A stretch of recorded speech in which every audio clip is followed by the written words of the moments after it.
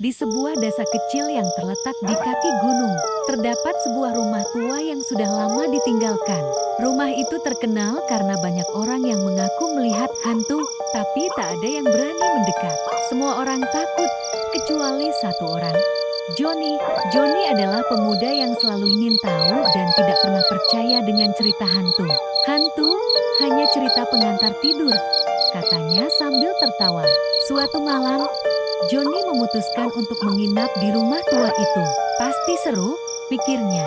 Dengan membawa senter dan cemilan, dia pun memasuki rumah yang sudah rapuh itu. Begitu pintu terbuka, udara dingin menyambutnya, dan suara pintu yang berderit menambah kesan menyeramkan. Johnny mulai berjalan pelan-pelan sambil berceloteh sendiri.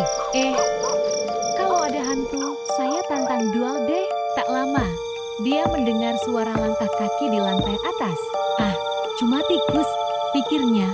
Namun suara langkah itu semakin jelas dan terdengar seperti seseorang sedang berjalan mendekat. Tiba-tiba, muncul bayangan putih yang melayang di depan Johnny. Hantu! Johnny terdiam sesaat.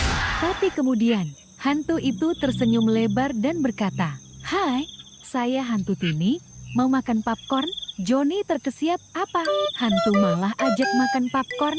Tini si hantu, dengan penampilan yang lebih mirip selebgram daripada hantu, duduk di meja makan yang sudah penuh dengan berbagai macam camilan. "Yuk, ngobrol-ngobrol aja.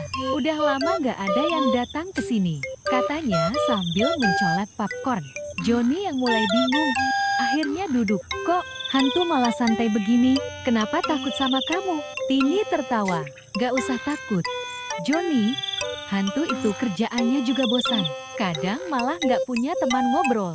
Jadi ya cari yang lucu-lucu aja." Malam itu pun, Johnny menghabiskan waktu ngobrol dan makan camilan bersama Tini. Tidak ada teror atau kejadian aneh. Malah, mereka ketawa terbahak-bahak. Johnny pulang keesokan harinya dengan cerita baru. Jangan takut sama hantu. Kadang mereka cuma pengen teman ngobrol aja.